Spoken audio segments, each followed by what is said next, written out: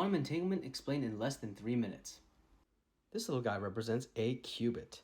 If you don't know what a qubit is, that's totally okay. All you need to know for now is that the qubit is in the 0 state when the light is at the top, and it's in the 1 state when the light is at the bottom. Now, the qubit can be in other states besides 0 and 1, such as this one over here, but when you measure or observe the qubit, represented by the shake, it will collapse into the 0 or 1 state. So in this case, it used to be here, and it collapsed into the 0 state. Now we'll talk about 3 different qubit operations that will help us create entanglement. The first one we'll talk about is pretty straightforward. We'll call it the flip operation. Basically, it will take a qubit from the 0 state and flip it into the 1 state. And it will take a qubit in the 1 state and flip it into the 0 state.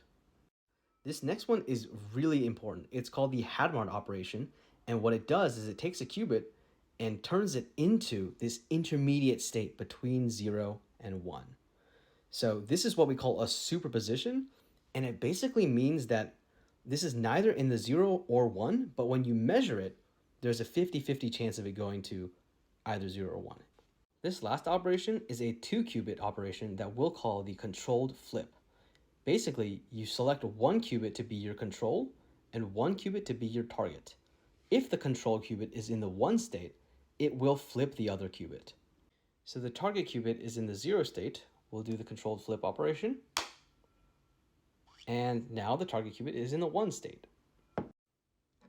On the other hand, if the control qubit, instead of being in the 1 state, is in the 0 state, it doesn't do anything when you do the controlled flip operation.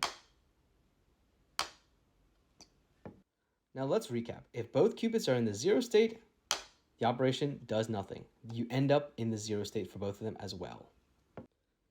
And if the control qubit is in the 1 state, it flips the other one. So now both are in the 1 state.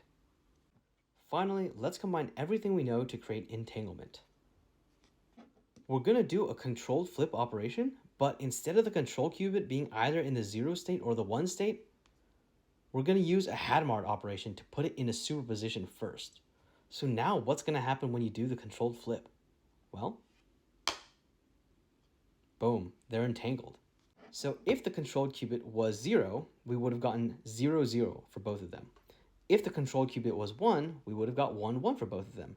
But since the controlled qubit was in a superposition between 0 and 1, now we get a superposition between 0, 0 and 1, 1.